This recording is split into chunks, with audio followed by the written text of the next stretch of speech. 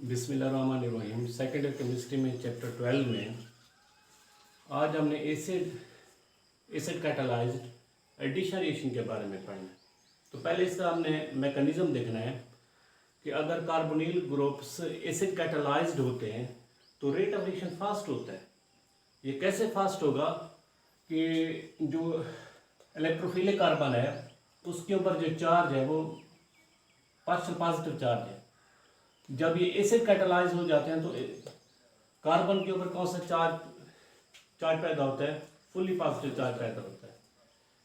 अब ये charge partial positive से क्या हो गया? फुली पॉजिटिव हो गया, यानी इलेक्ट्रोफिलिक कैरेक्टर क्या हो गया? इंक्रीज हो गया। यानी कार्बोनिल ग्रुप लेंगे, कार्बोनिल ग्रुप के साथ क्या मिलेगा? प्रोटॉन या हाइड्रोजन आयन। अब ये हाइड्रोजन आयन कहाँ से आ गया है? एसिड से आ गया। ऑक्सीजन के ऊपर पार्शियल नेगेटिव चार्ज है, हाइड्रोजन के ऊपर पॉजिटिव चार्ज है। ऑक्सीजन और हाइड्रोजन के दरमियान में कोऑर्डिनेट कोवेलेंट बॉन्ड पैदा होता है तो ऑक्सीजन के ऊपर क्या आएगा? प्लस चार्ज आएगा। ये ऑक्सीजन के ऊपर प्लस क्यों आ गया? क्योंकि इसकी वैलेंसी इंक्रीज हुई है। और नेक्स्ट इसका स्टेप ये होगा कि कार्बन और ऑक्सीजन के दरमियान में जो पाई बॉन्ड है वो ऑक्सीजन के ऊपर ट्रांसफर होगा तो ये कार्बन की वैलेंसी कम हो जाएगी। यहाँ पर कार्बन की वैलेंसी कितनी हो गई है? 3 हो गई है। इस वजह से कार्बन के ऊपर फुली पॉजिटिव चार्ज पैदा हो गया। इसके ऊपर कोई न्यूक्लियोफाइल अटैक करेगा, यानी न्यूक्लियोफाइल इस ये जो कार्बन है जिसके ऊपर फुली पॉजिटिव चार्ज है इसके ऊपर अटैक करेगा तो ये एडिशन प्रोडक्ट पैदा हो जाएंगे। अब यहाँ पर क्या हुआ है कि एसिड कैटालाइज से जो कार्बन है वो कार्बन इलेक्ट्रोफिलिक कैरेक्टर यानी लेस से क्या पैदा हो गया है? ये ग्रेटर पैदा हो गया है। इसकी वजह से न्यूक्लियोफाइल इजीली अटैक कर सकते हैं और इसका रेट फास्ट होता है। Due to acid catalyze electrophilic character of carbonyl carbon increases resulting nucleophile easily attack and rate of the reaction become fast. यानी एसिड कैटालाइज की वजह से जो कार्बन है कार्बन के ऊपर इलेक्ट्रोफिलिक कैरेक्टर इंक्रीज होता है, यानी पार्शियल पॉजिटिव चार्ज से ये क्या पैदा होता है? फुली पॉजिटिव चार्ज पैदा हो जाता है, यानी इलेक्ट्रोफिलिक कैरेक्टर इंक्रीज होगा जिसकी वजह से रेट ऑफ रिएक्शन फास्ट हो जाते हैं, यानी न्यूक्लियोफाइल इजीली अटैक कर सकता है। तो इसका पहला रिएक्शन है ये पॉलीमराइजेशन प्रोसेस। पॉलीमराइजेशन प्रोसेस में क्या होता है? The process in which smaller molecule are combined from the bigger molecule. ये ऐसा प्रोसेस है कि जिसमें छोटे छोटे मॉलिक्यूल मिलते हैं तो उसके नतीजे में बड़े मॉलिक्यूल बनते हैं, तो these are the polymerization process. अब 3 फॉर्मेल्डिहाइड का मॉलिक्यूल ये हैं, एक फॉर्मेल्डिहाइड का मॉलिक्यूल है, दूसरा फॉर्मेल्डिहाइड का मॉलिक्यूल है, तीसरा फॉर्मेल्डिहाइड का मॉलिक्यूल है। तो कार्बन ऑक्सीजन के दरमियान में जो पाई बॉन्ड है वो इलेक्ट्रोफिलिक कार्बन के ऊपर ट्रांसफर होगा। तो जो दूसरा फॉर्मेल्डिहाइड का मॉलिक्यूल है उसमें कार्बन ऑक्सीजन के दरमियान में जो पाई बॉन्ड है वो तीसरे इलेक्ट्रोफिलिक कार्बन के ऊपर ट्रांसफर होंगे। जो तीसरे में कार्बन ऑक्सीजन के दरमियान में जो पाई बॉन्ड है वो किसके ऊपर ट्रांसफर होगा? पहले इलेक्ट्रोफिलिक कार्बन के ऊपर ट्रांसफर होगा। तो कार्बन ऑक्सीजन में जहाँ पर डबल बॉन्ड है उधर क्या बनेगा? सिंगल बॉन्ड बनेगा। जहाँ पर ऑक्सीजन और कार्बन के दरमियान में बॉन्ड नहीं होगा उधर क्या बन जाएगा? सिंगल बॉन्ड बन जाएगा। तो ये मॉलिक्यूल्स क्या बने? ये ऑक्सीजन और कार्बन के दरमियान में क्या बने? सिंगल बॉन्ड बने। इसके बाद कार्बन ऑक्सीजन क्या था? Double bond. अब यहाँ पर क्या बने? Single bond. इसी तरीके से ये कार्बन ऑक्सीजन डबल बॉन्ड, अब यहाँ पर क्या बन गया? Single bond. ऑक्सीजन कार्बन कोई बॉन्ड नहीं था, इधर क्या बन गया? Single bond. तो अब ये कार्बन ऑक्सीजन डबल बॉन्ड, उधर क्या बन गया? Single bond. ऑक्सीजन और कार्बन के दरमियान में क्या बन गया? सिंगल बॉन्ड बन गए। तो यहाँ पर क्या हुआ? पॉलीमराइजेशन प्रोसेस हुआ है कि 3 फॉर्मेल्डिहाइड का मॉलिक्यूल मिले हैं यानी एसिड की मौजूदगी में, H2SO4 की मौजूदगी में, तो ये क्या बन गया? मेटाफॉर्मेल्डिहाइड के मॉलिक्यूल बने। तो this is the polymerization process. ये प्रोसेस क्या है? पॉलीमराइजेशन है। नेक्स्ट है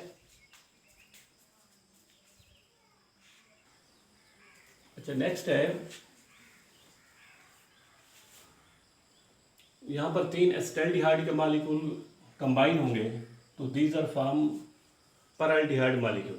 अब एक एसिटाल्डिहाइड का मॉलिक्यूल ये है, दूसरा एक मॉलिक्यूल है, दूसरा मॉलिक्यूल है, तीसरा मॉलिक्यूल है। इसमें क्या होता है कि कार्बन और ऑक्सीजन के दरमियान में जो पाई बॉन्ड है वो दूसरे जो एसिटाल्डिहाइड का मॉलिक्यूल इलेक्ट्रोफिलिक कार्बन है उसके ऊपर ट्रांसफर होंगे। तो यहाँ पर कार्बन और ऑक्सीजन के दरमियान में जो पाई बॉन्ड है ये ऑक्सीजन के ऊपर ट्रांसफर होगा। इधर पहले डबल बॉन्ड होगा तो इधर क्या बन जाएगा, सिंगल बॉन्ड बनेगा। तो ऑक्सीजन और इलेक्ट्रोफिलिक कार्बन के दरमियान में सिंगल बॉन्ड, यहाँ पर सिंगल बॉन्ड पैदा होगा।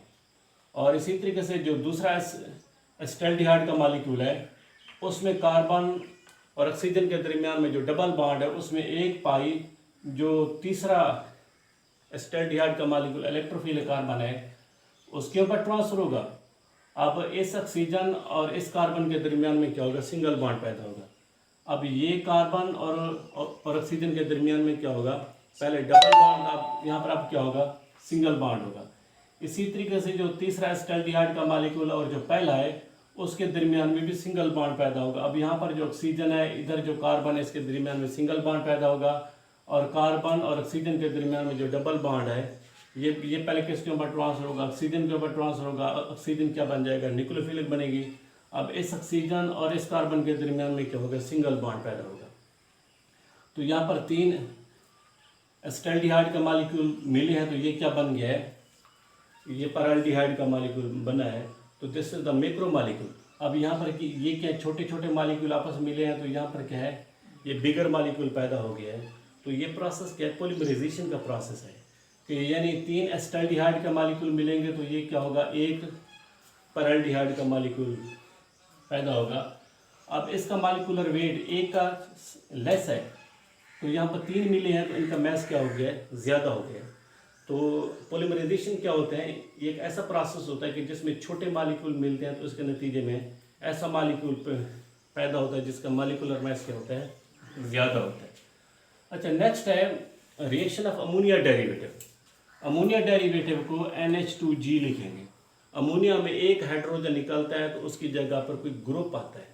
अब ये ग्रुप OH भी हो सकता है। अगर इस G की बजाय OH आता है तो ये क्या बन जाएगा, हाइड्रोक्सिलअमीन पैदा होगा। अगर इस G की बजाय NH2 आता है तो ये क्या बनेगा, हाइड्रोजीन बनेगा। अगर इस G की बजाय NHC6H5 होगा तो ये क्या बनेगा, फिनाइल हाइड्रोजीन होगा। अगर इस G के बजाय ये ग्रुप आता है तो ये क्या होगा, 2,4 डाइनाइट्रोफिनाइल हाइड्रोजीन। तो पहले इसका मैकेनिज्म हम पढ़ते हैं। कार्बोनिल ग्रुप के साथ कोई एसिड अटैक करता है, ऑक्सीजन के ऊपर पार्शियल नेगेटिव चार्ज है। अब ये हाइड्रोजन है, ऑक्सीजन और हाइड्रोजन के दरमियान में है। ये जो ऑक्सीजन के ऊपर लोन पेयर हैं तो ये लोन पेयर हाइड्रोजन आयन के ऊपर ट्रांसफर होते हैं। तो ऑक्सीजन और हाइड्रोजन के दरमियान में सिंगल बॉन्ड पैदा होता है। तो अब ये जो ऑक्सीजन है, ऑक्सीजन के ऊपर क्या होगा, पॉजिटिव चार्ज पैदा होगा। कार्बन और ऑक्सीजन के दरमियान में जो पाई बॉन्ड है वो ऑक्सीजन के ऊपर ट्रांसफर होगा। तो लेकिन अब ये जो कार्बन है उसके ऊपर क्या होगा, फुली पॉजिटिव चार्ज पैदा होगा। पहले क्या था इसके ऊपर, पार्शियल पॉजिटिव, अब क्या हो गया, फुली पॉजिटिव चार्ज पैदा हो गया। इसके ऊपर कोई अमोनिया डेरिवेटिव अटैक करेंगे तो NH2G अब क्या है, न्यूक्लियोफाइल है। ये न्यूक्लियोफाइल इलेक्ट्रोफिलिक कार्बन के ऊपर अटैक करेंगे तो ये ग्रुप बन जाएगा। अब N के ऊपर क्या आ गया, प्लस चार्ज आ गया क्योंकि N की वैलेंसी बड़ी है। अब यहाँ पर क्या होगा, प्रोटॉन ट्रांसफर होगा, इधर से प्रोटॉन निकलेगा, इस ऑक्सीजन के ऊपर अटैक करेगा तो ये क्या है, प्रोटॉन ट्रांसफर है। अब ये कंपाउंड बन जाएगा। अगला स्टेप ये होगा कि H और N के दरमियान में जो सिंगल बॉन्ड है ये डबल बॉन्ड के तौर पर शिफ्ट होगा। इधर से वाटर मॉलिक्यूल निकलेगा तो इधर से 2 ग्रुप निकले हैं, एक हाइड्रोजन है निकला, दूसरा NH2 ग्रुप, दूसरा वाटर मॉलिक्यूल निकले। अब कार्बन और N के दरमियान में डबल बॉन्ड आएगा। N यानी किसी ग्रुप के साथ अटैच है, यानी कार्बोनिल जो कार्बन था, कार्बोनिल कार्बन और N के दरमियान क्या आएंगे, डबल बॉन्ड। ये N किसी ग्रुप के साथ जुड़ा हुआ है। तो यहाँ पर हमने क्या पढ़ा है, रिएक्शन ऑफ अमोनिया डेरिवेटिव पढ़ा है। अब अमोनिया डेरिवेटिव में पहली एग्जांपल है एडिशन ऑफ हाइड्रोक्सिलअमीन, ये हम पढ़ते हैं।